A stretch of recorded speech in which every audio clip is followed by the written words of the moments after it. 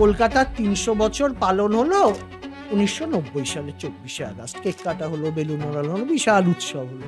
এমন কি কোনো ডকুমেন্টেশন রয়েছে যেখানে কলকাতার 100 বছর বা 200 বছর সেখানে ব্রিটিশ ইন্ডিয়া পালন করেছিল? নেই। এটা কতটা ব্রিটিশরা করেছে আর কতটা ব্রিটিশদের তাবেদারি করা আমাদের বাঙালি পরিবারগুলো করেছে, এইখানে বড় প্রশ্ন এসে যায়। ওই 100 বছর তো কলকাতা ব্রিটিশরা পালন করেনি, 200 বছর পালন করেনি, 300 বছরে এসে বা তার কিছু বছর আগে থেকে হঠাৎ কলকাতার জন্মদিন নিয়ে মাতামাতি শুরু হয়ে গেল। যোগচান্নককে সামনে দাঁড় করিয়ে দেওয়া হলো। এটা কি জানেন যে যোগচান্নকের যে ছবিটা আমাদের দেখানো হয়েছে সেটা আদৌ যোগচান্নকের নয়, সেটা একটা স্কটিশ ভদ্রলোকের ছবি।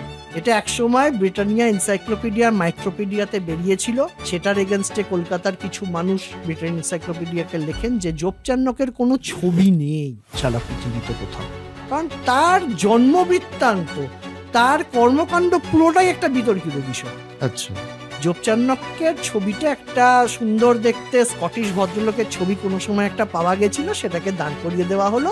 যোগচান্নক বলে একটা বেশ সুন্দর ছবি, এবং সেই ছবি নিয়ে পরবর্তী সময় সিনেমা হয়ে গেল, অনেক গল্পগুলো পর পর রয়েছে।